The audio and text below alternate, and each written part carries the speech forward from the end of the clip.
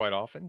So you can go on the web and download the app, or you can just go to the website that's listed there, polev.com/davidorpe, and we'll actually magically have that show up in the chat pod as well here.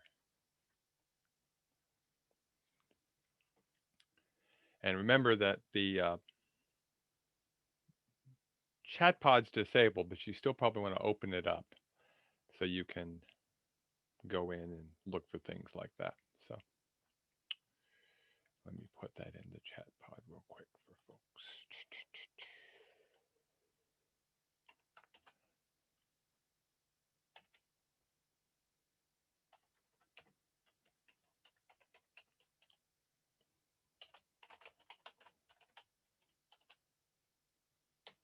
There you go. Okay. So welcome to day 3 of the workshop. And just as a reminder of a few things, the chat pod is disabled, but I would advise you to open it. That's where we'll be putting links that you might want to download or look at. You can raise your hands, and I'll ask folks to do that sometimes to answer questions, to raise their hands to see how things are going. And of course, input via the Q&A as well as the poll EV. So you can type things in the Q&A pod. Now, we are dealing with day 3. We covered intro and starting a project. Last week we did contract administration documentation. And today we're doing construction monitoring and closeout, and then for an hour, and then we're going to do a Q&A with FHWA and the New York State Department of Transportation.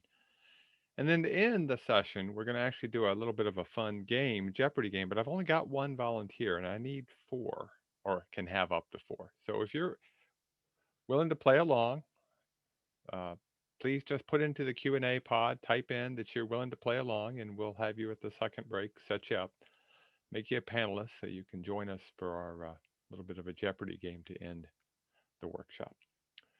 And again, I need at least a couple of volunteers. I do have one who by default will win. I don't know what they'll win, but they win. So our panel this second hour and going into the third hour, depending on how many questions y'all we have time to get to, includes 5 people from New York State DOT, a couple from local programs, Office of Diversity and Opportunity, and the Office of Construction, and then an RLPL, today's first acronym, from Binghamton, Region 9. FHWA is going to have 5 folks joining us as well, covering everything from major projects down to civil rights. Now, the agenda again today is just as a reminder, we're going to be doing the hour on construction monitoring closeout, finishing up chapter 15. We'll take a break. We'll come back with the Q&A to answer the questions that you have already sent to us. We've summarized and reviewed all of them, and I'll give you an opportunity to put more questions in here in just a second. We'll take a second break about 10:45 and finish up the Q&A, and then finally finishing it with a little bit of a Jeopardy game. But as I said, I need some volunteers, and right now I have one. Now let's review what happened during Q&A day 2 and remind folks of what's going on with the Q&A going on later on. So last week we talked about construction administration and federal and state provisions to deal with issues that the Federal Highway Administration cares about. Now, does anybody remember in the Q&A pod, what are the 3 things Federal Highway tends to stress when they're doing reviews? Does anybody remember? And put it into the Q&A pod. 3 words. Efficient, that's 1. Okay. Compliance, yep. And effective, very good. All 3, very good job. Nice, good remembrance. And that's what I really care about, is that not today, but as you're getting ready to do projects, you remember the process, who to talk to and what to look at. This all goes back to the idea of a project, starting with planning, going through scoping and design and construction, and then of course operations and maintenance. And at any time during the whole process, we may loop back to start over. And while construction is the focus of this workshop, as we've done several times, we've stepped back to scoping and design and even planning in a few cases. We're going to do that again a couple of times this morning for the first hour, and with certainly some of the Q&A questions. And what did I say was the most important thing we need to remember? More than anything else, what's the thing we need to remember the most? Communicate. Yes. Communication of some type. You need to communicate with each other. You need to communicate with the RLPL at the regional level. You need to communicate with your contractors and subcontractors. So, more than anything else, make sure we communicate early and often whenever you have an issue. Now, we're focused on Chapter 15. This morning, we're going to be doing construction monitoring and construction closeout. And there's references and appendices and all that fun stuff. You don't have to remember all this. There's the handout. If you haven't downloaded it, there's a handout that is available, and it covers all these things, gives you the links that you need. And as I said, we added a few items as part of our discussion. We added some links in for some cost estimation spreadsheets for project costing, construction inspection costing, and even a field change payment form, which we'll talk about here this morning during the Q&A session. So again, you can download a few new items that you might want to look at that are on page 3 of the handout.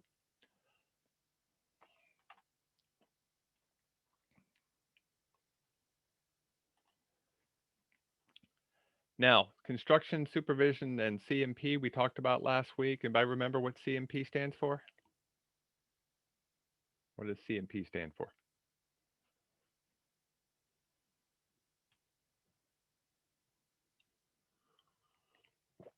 Construction management plan. A lot of the issues that came up in the questions as we started to review them with the panel members yesterday came back to making sure you have a good construction management plan and that everybody's on board with it. So, pretty important thing to know. Now, we talked about progress payments and we talked a lot about the construction phase last week. Then we switched to the contract administration documentation, which is really following on to all of those requirements that I know all of us love, but they're there for a reason. And a lot of times they're there because we haven't necessarily done what we need to do. So we talked about things like inspection records and how many inspectors you need to do, construction safety, change orders, which the state calls what? What does the state call change orders in their paperwork? Order on contract. Yeah, it's the same thing. Okay. We talked about time extensions. Okay. We talked about subcontractor approvals and use of subcontractors. And what portion of a contract does the prime contractor actually have to do here in New York State? 50%. The federal requirement's only 30%. So here in New York, we actually have a more stringent requirement. And yes, that's allowed as long as it's more stringent. You can't be looser with local rules or state rules. We spent some time on disputed work, and we'll talk a little bit about that here this morning as well. Quite a bit on Buy America, making sure people understand that it's pretty hard to get waivers.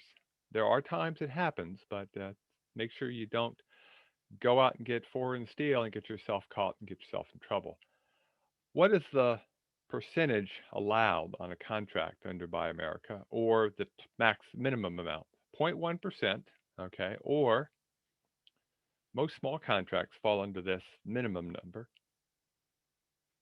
$2,500. Yeah, okay. So, and again, if you open up the chat pod, you should be able to see the link to the Q&A, which we're going to do, not the Q&A, the polling site, which we'll open up here in just a minute. We talked a little bit about prevailing wages. Remember that it's by county. We spent quite a bit of time on civil rights issues, and this is where, just to remind folks, if you're on a federal contract, you're using the DBE program, okay, again, lovely acronym, not the MWBE program, Minority Women Business Enterprises. It's the Disadvantaged Business Enterprises, okay? Probably the most critical thing is to understand that difference and the idea of a good faith effort. That's pretty critical. We spent a little bit of time on the ADA, which isn't in Chapter 15, but covers everything because it's required whether there's federal dollars or state dollars. It doesn't really matter. Uncompleted work agreements, which we're going to spend some time on also this morning, and then records retention. and realize there have been rule changes. These happen, so that's why it's important to keep up. The rules have changed, for instance, on patented or proprietary items. They're now allowed with certain caveats, of course. And as we've talked about both days and in the webinar we did back over a month ago, there are lots of acronyms. And you've got a list of all the acronyms in the handout that I could fit on one page. I could actually have filled the whole page with just acronyms, but I wanted to give you space to write them down. You really need to know all those acronyms to some extent before you start the project. And truth be told, once you know them, you're probably in pretty good shape to understanding most of the processes that are involved. Now, this is not your last opportunity to put in questions for the Q&A, but you know, you can put in your own questions. Um, and actually, since I've gotten all your questions from you, I'll clear this and we started. I've actually pulled all these down. So if you have any additional questions that we haven't answered or that you're thinking you might like to hear from New York State DOT or the Federal Highway Administration, you can put them in here. And if you don't have them now, that's fine. I'll give you an opportunity to put questions in again just before we take our first break this morning. Okay, so the idea is put in any questions you've got. Better to ask them now than after you've got a problem on a construction process. Great question. Why is the sponsor a squirrel in my slides? Um, I was just trying to have something for different activities. It was a pretty picture of a squirrel. I take a walk every day. You'll actually notice quite a pictures from my walks. It don't always fit perfectly. It just happened to be a squirrel that was chittering at me. And he definitely controlled his environment. And if you don't have access to Poll EV, don't worry about it. You can also put them in the Q&A, and I do have one in here in the Q&A, and we will include that when we get to the Q&A later on. Will be a surprise question for folks from FHWA and NYSDOT. Okay. Now, what I want to talk about a little bit this morning is construction monitoring. Okay. Now, this is essentially we think we've got everything taken care of. We're in good shape, but how do we monitor to make sure that the construction is being done according to compliance, efficiency, effectiveness? Well, like a lot of things, you'll notice there are forms available to us. So, for instance, there is a quality assurance checklist for construction. Okay. Now, this is required for use by New York State DOT and it's real useful for the local agency to sponsor. But the real question is, how often should you be using this form? And the other question, of course, is please don't try to read it. It's in your handout. But how often do you think you should be using this form, this checklist, to keep up with a project? You can put that in the Q&A. That'd be nice to know. How often do you think you should be using it? There's actually requirements for the state. Monthly at least. Each payment application, yeah, you're going to definitely want to do it before that. Okay. There's two more times when you definitely want to use it. Milestones, if you've got them, yeah, you could do it for milestones. There's also a requirement for every 20% of the project. Okay. Which of course would also be the end of the project that's in there.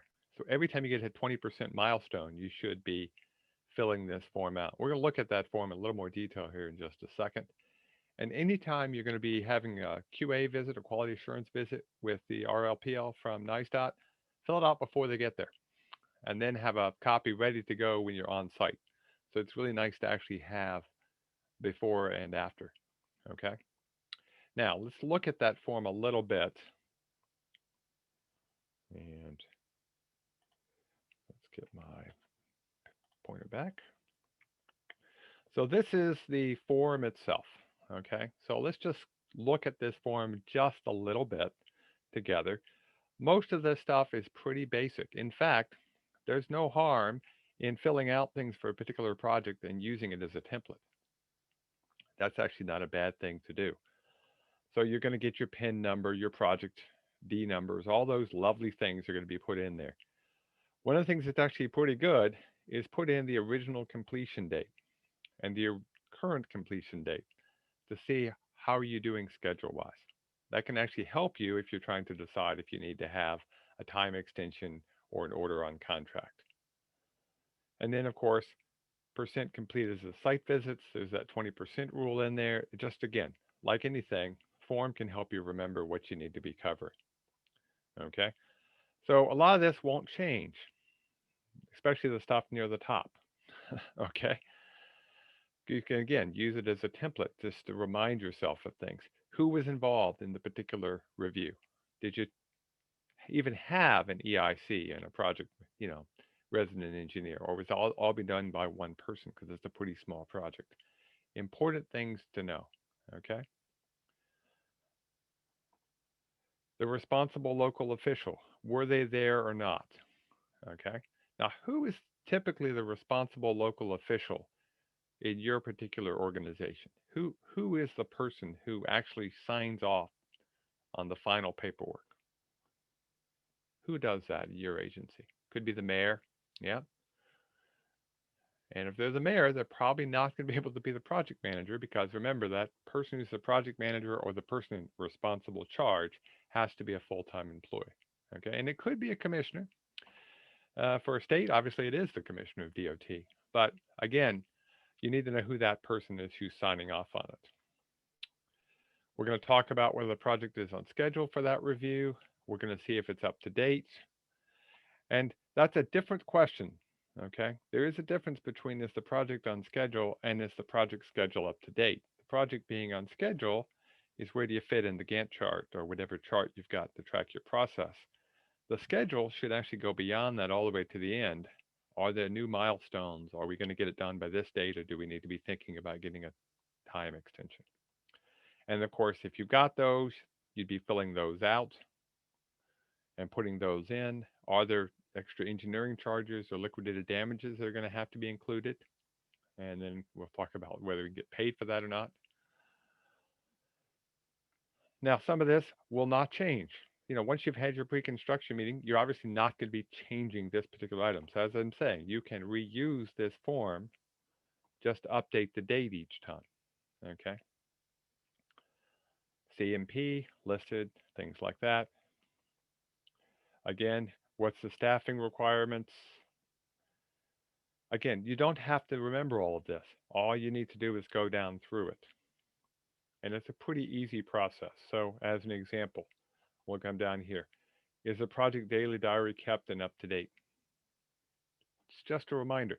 It may not change, but things in this area on the project documentation, check it off on every 20% at least with a new signature, okay, with a new date, just to make sure somebody just doesn't go check, check, check, check. It's much more important to get the information than it is to just fill out the form. The form's to help us, not to just become something we do because we have to do it. Pick a couple more here items to cover. Make sure we're on the same page. Are you using a web-based or electronic system to track payments?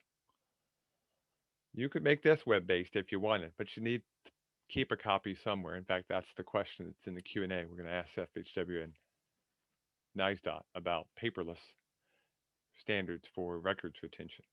And I may even throw a point in there.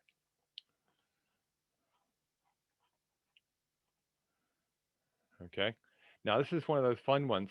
We call them order on contract, but in the form, it actually says change orders funded with federal aid.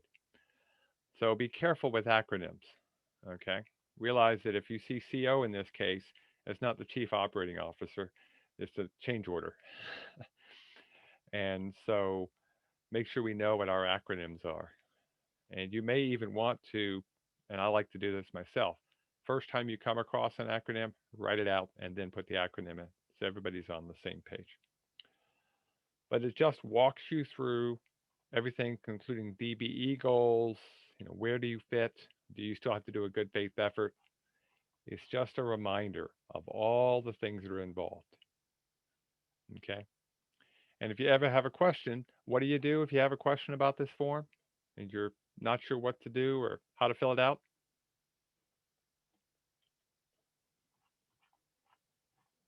RLPL. Yep. Pick up the phone, give a call to your RLPL. Absolutely. Okay.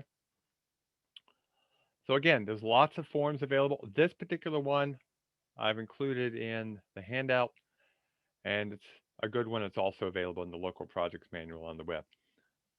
Now, FHWA may step in and they also do their own evaluations. They call them FIRES, Financial Integrity Review and Evaluation. The acronym developers were really in a good one that day. They came up with a nice acronym. Okay. They tried to do one fire review per region per year. And they're really looking at making sure there's good financial controls, change orders are being done in a consistent way. For projects that are near completion, has it been finally accepted? They're looking for procedures and rules. Okay, now if you're interested in more details in this, truth be told, the best way to find this out, give a holler to an RLPL. You can also be hooked up with FHWA. You can also search, by the way, FHWA Fire, and you actually get quite a bit. Google's a great thing, but be careful, remember, make sure it's actually coming from Federal Highway. I did find a few that weren't, so be careful about your searches. The other thing you might hear about is this word. This is a lovely acronym. Does anybody know what FAIN stands for? Anybody remember? We've talked about this a couple of times. See if people can get this one for me. What does FAIN stand for? It's an eligibility notification. It's a federal aid and eligibility notice. Yeah, very good. Okay. You don't want to get a FAIN. And I can tell you right now, maybe there's some gleeful people out there, but so far I've not talked to anybody from FHWA or NYSDOT who wants to give out FAINs. Those are given sort of at the, well, you didn't get a certification for structural steel, or we gave you 3 notices to redo that curb ramp and you just didn't do it. It's really a last ditch thing to try to keep things on track. Now, it could be withholding payment on a particular project that you're on. It could be, hey, you can't do additional projects in the future until you've cleaned all this paperwork up. And there may be other actions involved. It's an FHWA final responsibility for this, just so you know. So if you have any questions on that, you could even set up a meeting with FHWA. This is discussed in a lot more detail in Chapter 3 of the Local Projects Manual, so don't feel like you have to become an expert on this. So let's just go back and look at our 2 projects we talked about and just think about this for a minute. Our 2 projects that we did back on the first day, our bridge project and our safety project. Okay, so let's think about what kind of issues you might come across that might be FAINs. I'm going to give you a few examples, and then I'm going to ask you to fill out one of these poll everywhere questions. Okay. Uh, Now there's a good one. Actually, there's one of our friends from NYSDOT and FHWA. They should have a FARN, a federal aid re-eligibility notice. That's actually not a bad idea. I don't know. It's an interesting idea. So what do you think might be a possible FAIN-related problem? Something that could actually cause you to lose some of your federal funding. What do you see here that's might be an issue in the Q&A pod? Tell me what you see.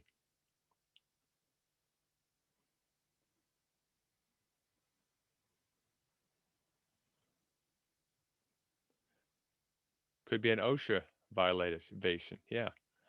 It could be no rebar caps, no PPE on the employee.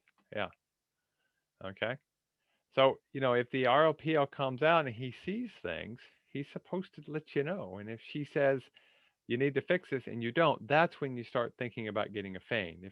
If they come out there and they see there's no safety vest, for instance, on the workers, which by the way, yes, I know the road's closed, but you're still have to have on safety vests. It's actually in the federal requirements. They're generally going to say you need to fix these kind of things. It's if you don't fix them, you just keep ignoring the issues where people start talking about getting FAINs. Okay, so it's not something that's just going to be done bang, you're going to get a feign. It really comes back to the idea of communication and making sure nobody's perfect, but let's try to do the right thing as much as we can.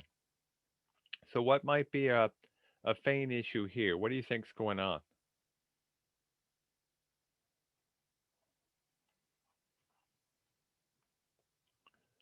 What do you think the possible feign problem here is?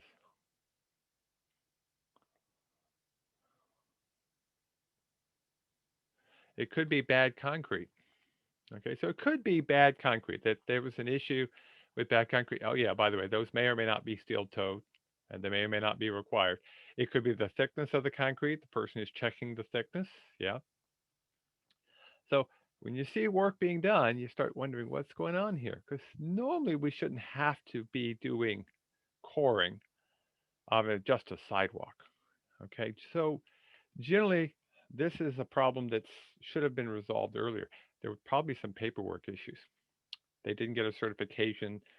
We don't know how strong the concrete is. There weren't cylinder tests done. We're not sure if it was poured thick enough. Okay. And this could be actually pretty expensive. You could actually have a case whereby most of the cost of your sidewalk is taken up by this extra testing that has to be done. And so, maybe you've got $50,000 worth of concrete work, but you've got to go back and retest everything with cores and cylinders and all this extra work. You could spend 70, 80% of your cost on concrete testing, which may or may not be eligible for reimbursement from FHWA, just to get your original uh, payment. Okay. And that could be a very thick sidewalk. It might be too thin, depending on the loads on it. That's the key. Is if there's something in the plans, we need to decide before we pour what we're going to be doing. Okay. Okay. So again, this is from one of my walks. Somebody might know where this particular picture is, but let's say this got built. Um, it's only a pedestrian, but still, pedestrian structures can be included in federal projects. What kind of things might you see here that could be a feign problem if you're afterwards looking at this and reviewing the paperwork? What could be an issue here?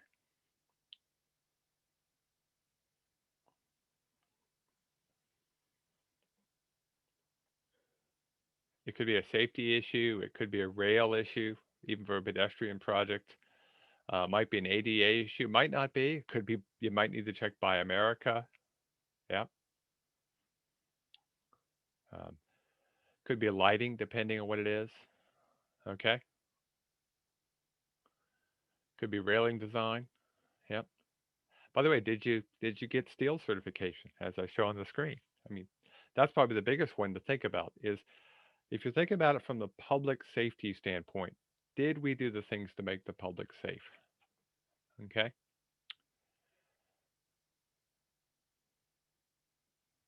Now here's a one of the Q&A dealing with reimbursement. I'm going to throw that question about reimbursement into the Q&A here towards the end. So I'll come back. It deals with how often reimbursement should come back up. Okay. Again, if you need the polling link, we're going to do the polling here in a minute. That will throw into the open up your chat pod. You should be able to see it there. Okay, let's look at the next one.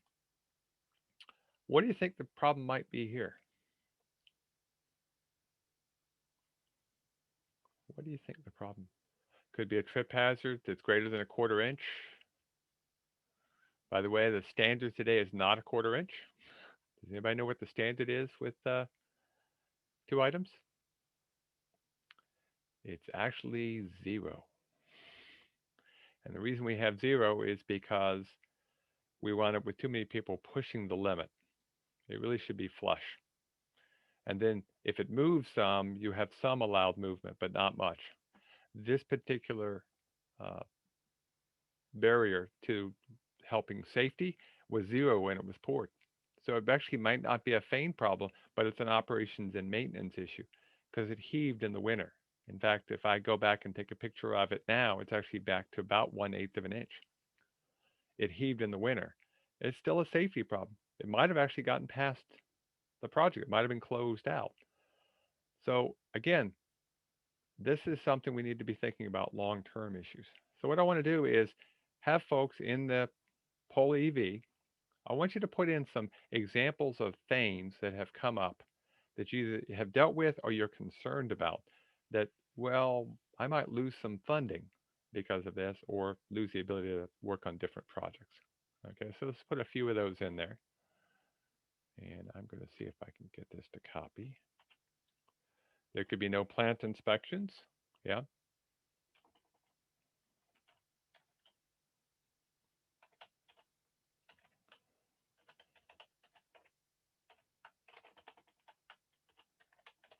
Make sure I type that right. Up, link. Okay, so we got plant inspections, we got permit violations, could be a non-ADA compliance, a lack of doing commercial useful function by the subcontractor. Whoops, there we go. Yep, these are all good examples. Not enough project reviews. And again, something like not enough project reviews. That's a good example of something where, you know, you're probably not going to get a fein from a simple uh, lack of doing enough stuff. You're going to be given some notice that says, hey, please, you need to do more of these. You need to add your documentation before you're going to get a fein. Okay. The fein isn't going to be the first thing we jump to. It's the second, third, or fourth thing gets jumped to. Could be a permit violation. It could be documentation on steel for concrete. Yeah, all good things. Lack of a good faith effort when you aren't getting to the full DB requirements. Okay. So let's scroll down here a little bit and see what else ones we've got.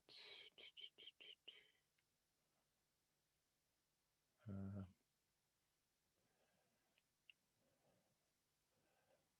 Lengthy review and approval. Time is not going to typically be a fein unless there's a criticality of getting paid. But you didn't have the labor rates posted conspicuously. Yeah. Okay. Steel certifications. Okay. All are good ideas. And there may be some of these that raise some issues, but remember, most of these aren't going to lead directly to a fein. They're going to lead to a you need to update some stuff. And if you don't, that's when those will start to come in. Okay. So it's not the first step, it's sort of the last. So some other examples that I haven't seen in here that are on my list. Um, did you follow state specs?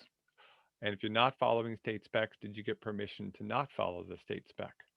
Okay. Typically, you got to follow New York State DOT specifications unless you've gotten approval ahead of time. Okay. Um, are you using something like micropiles that aren't in the state spec? Well, you got to have approval on that ahead of time. You can't just use it directly out. If using a temporary bridge, does it meet the same requirements a full-time bridge does? So think about these things ahead of time.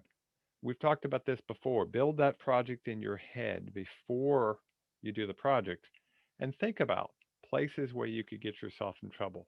Okay. You know, are you relying on a consultant to do the right thing and you get two consultants who don't like each other for some reason? Okay.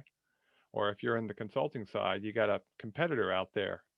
Are you allies or you frenemies? Okay. So all some good examples. All of these are good examples to think about. Generally, you're going to get a fein when you fail to essentially fix corrected and correct problems. Or worse, hide the problem. Don't ever hide the problem. Be upfront, be honest, and you don't try to work with you. Okay? Now, a lot of federal aid involves bridges. Let's just be honest.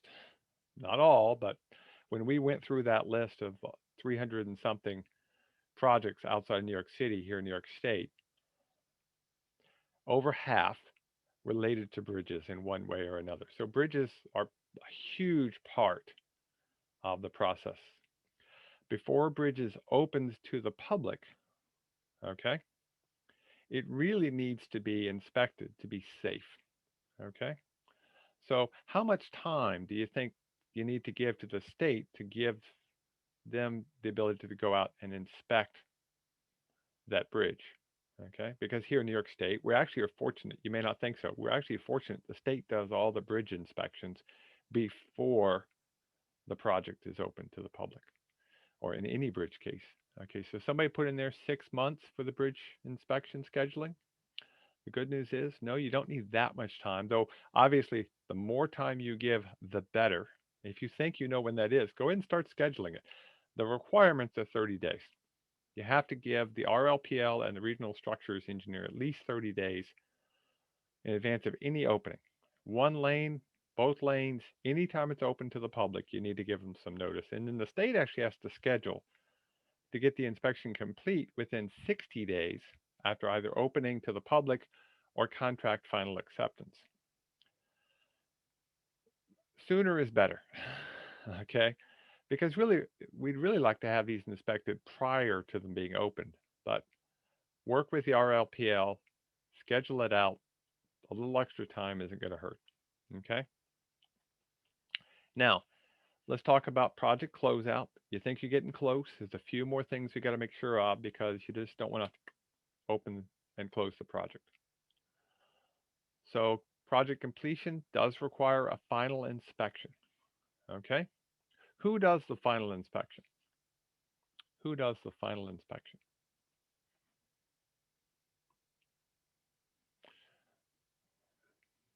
EIC, owner.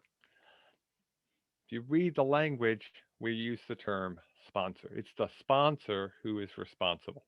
Okay? So that sponsor for a local project is going to be the local agency. If it's a state project, it would be state DOT. Okay? So that's performed by the sponsor. Okay? On any local project, New York State is invited to attend. Okay? So you always need to let them know through the RLPL, hey, we're going to be doing a final inspection. When are they actually required? When do you actually have to have NYSDOT on with the final inspection? What limitations are there where you actually have to have them?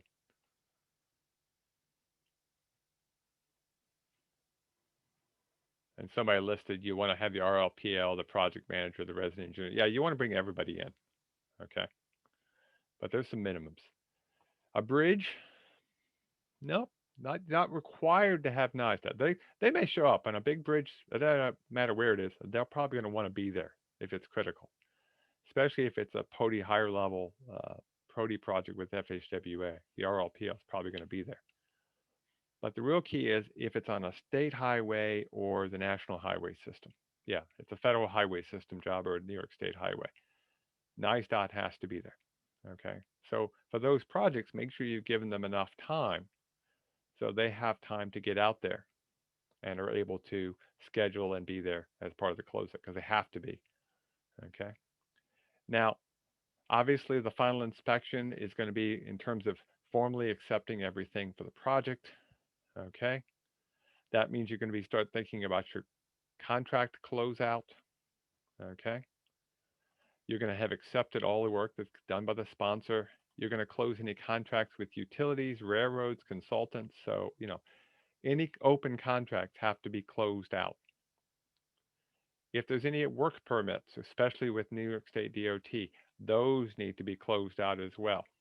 Okay. And of course, then the sponsor notifies NYSDOT of project acceptance. Okay. So this is important to understand the final process. This is where you're going to do your punch list. This is where you're going to make sure, are there any deficiencies that have to be corrected before you can actually close everything out? Okay. Your own procedures control all of this.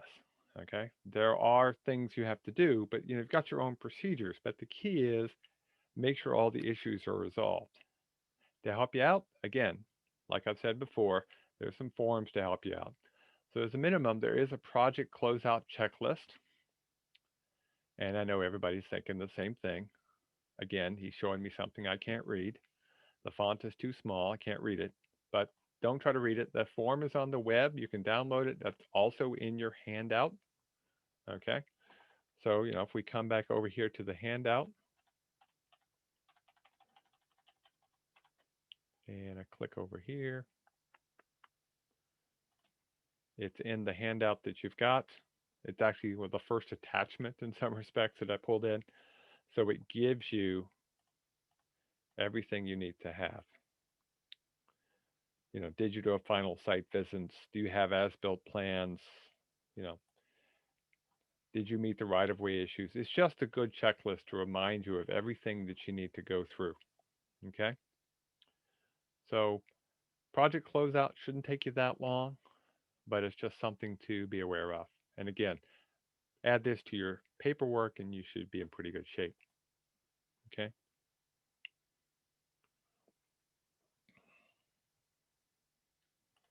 Now, the project closeout process, part of the reason for the final inspection is to make sure it's been complete, that you've met all the contract requirements, that all the agreements are closed, and then of course you're going to have to retain some paperwork. We'll talk about that in a minute.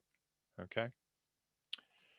So as you're out there, you're going to be reviewing the project records, verifying work has been completed. Again, as I said earlier, that's the punch list. Way too often you get to the punch list stage and you don't go back and clean that punch list up. It's got to be cleaned up before things can be closed out. And that's again the sponsor's responsibility. Okay. So you made it a second visit. If during the final inspection you have a punch list of items, you're really going to have to come back and make sure those are fixed and then do a truly final inspection. And we're almost to the finish line here. What does final acceptance do? Why do we have final acceptance? It's a piece of paper, but really what are we trying to make sure of with final acceptance? What are you trying to make sure we don't have any of? So ensures there are no what? All punch list items have been corrected. Yep, that's one item. Good. What else? Any uncompleted work. There's no outstanding claims that somebody says, hey, you still owe me money. Okay, because you can't get paid by everybody until all those have been taken care of. That there's no unfinished work. The punch list is empty, or even just the original contract items, and any other pending issues that come up. Okay, so there's all kind of other things that could come up and be a pending issue. So let me just ask, and we're going to open up one of these lovely poll everywhere questions. Give me some examples of final acceptance items that might cause a project to not be able to be properly closed out. Okay. What kind of final accepted items? And you can put them in the Q&A if you can't get the poll AV. Somebody put down there the site hasn't been seeded properly. Yeah, that's a possibility. You don't have good photo records. Yeah, seed established or same answer. Yeah. The punch list is not complete. Yeah. You don't have a lien release. You got to have the subcontractors sign off as well, and that's part of this whole paperwork process. You got something wrong with the concrete. Hopefully it's not wet, but did you properly cure it? Okay. You haven't put stuff into EBO or the other paperwork that needs to be submitted. You haven't gotten your last bill. Somebody put in the Q&A traffic signs. There's an unresolved payment dispute. Okay. You've noted an ADA issue that hasn't been fixed. Yeah. All very, very good items to think about. And on federal projects, you want an as-built. Okay. Again, somebody put it in the Q&A. It's a good way to think of it. You haven't complied with provisions of law, code, rules, and regulations. That pyramid we saw on the first day, where you start at the top with the laws and work your way down. You didn't meet the final DBE requirements, which, by the way, eventually could lead to a fine. You didn't meet the requirements. You may not get paid for that kind of work. Okay. Did you do certified payrolls? Are you meeting all your environmental requirements? Okay, so you can imagine there's a whole bunch of stuff that you've got to deal with. Okay, so again, think about things as you're getting close. Do you have everything in place? Because it could be 20, 30 years before somebody comes in. Somebody put in MWB requirements. Remember, we don't have MWB here in New York on federal aid. That's a state program. The state program is not used in federal projects. That would be DBE. Okay. So now we're going to be sending a final voucher in. Okay. to Federal Highway Administration. Remember, it's federal aid. Want to get paid. Well, who gets paid by federal aid? Do you remember from last week? Who actually gets paid by Federal Highway Administration?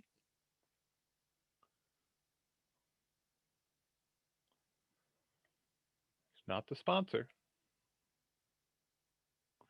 DOT. New York State DOT is the one who submits the voucher on a local project to the Federal Highway Administration. As a sponsor, you submit a voucher essentially or an invoice to New York State DOT after you've gotten an invoice from the contractor. Okay, so it moves up the chain. Okay, so for local projects, it's actually coming from New York State DOT to get paid. New York State DOT actually pays the sponsor. Okay, FHWA is going to complete financial reviews, make sure everything's been done in the efficiency, effectiveness, and compliance issues, and approve that final voucher. And then New York State DOT is going to get paid. Okay. Now, somebody put in the Q&A that DOT is the sponsor most times, not on local projects. Okay. They are on most federal aid projects in New York State, but we're talking local projects here. So yeah, in the case of a New York State DOT project, they would be being paid directly. But there's an extra step when there's a local project involved. So that's pretty important to remember. Okay. It's an extra step, which sometimes leads to complications. The better the paperwork going into this, the quicker everybody gets paid on every single step. Okay. And then we have to retain these records. Now, we talked about this last week, but it's important enough to remember how long do you need to keep the records and on a project? Okay, somebody put 10 years in the Q&A. That's true with a caveat. Somebody put 10 and 30. I don't know. I don't have a 30. I've come up with three numbers you got to look at. Ah, a fourth number. Somebody actually is really good. Record drawings, as built, engineering related items. Theoretically, forever. We'll actually come back. Technically not, but I'll explain that in just a second why. So here's the numbers you need to remember. You need to remember 3, 10, and 36. 3, 10, and 36. The 3 comes back if it's not on a state highway or the national highway system, you can keep things for 3 years after the project is done. Okay? That's the project part of the projects that deal with financial stuff and, correspondence, things like that. Now, a lot of requirements for keeping records at the local level, you'll see the word 7 years come up a lot. Okay, 7 years is a very common number because of auditing issues. If your local agencies wants to use 7, that's great. 7 is greater than 3. But you can get rid of things once they're no longer valid 3 years later. If it's on a state or national highway, it's 10 years. So why not just go with 10 or 7? Give yourself a little bit of extra leeway. The biggest thing, though, is write on there the date you can remove things. Okay? Now, somebody asked here, so what if a project on a trail that crosses over a state highway? If you're in the state right of way, assume it's part of that national highway system or state highway, you're going to go to 10 years. Okay? And yes, there are sometimes lawsuits that come up years later. That's part of the reason why once a lawsuit starts, you're back into that 3-year cycle or 10-year cycle or 7-year cycle because the quote unquote item you got to care about is something called the last action. The last action could be a possible lawsuit. The clock starts again. And until that lawsuit is done, you got to keep those documents. The date resets itself. Part of the reason for those dates is there's time frames for people to make requirements. Okay? Now, somebody noted in their P is required to keep records of work at least 6 years. Truth be told, if it's engineering related, that means as-built plans, that means design calculations, that means surveys. Those have to be kept at least past the life of the project. And if it's a bridge or a road, that means as long as that bridge or road is still there, that's still the life of that project. So it really means forever. Okay. And if, sometimes people go, oh, why is that important? Boy, it is really nice when you're looking at an old bridge and somebody has kept the plans that show there were white pine piles underneath the foundation.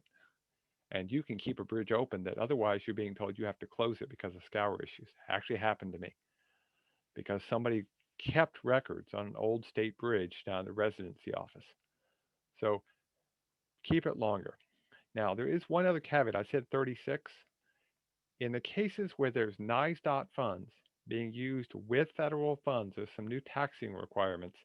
You may actually have to keep something for 36 years because of possible tax implications. So it could be a while.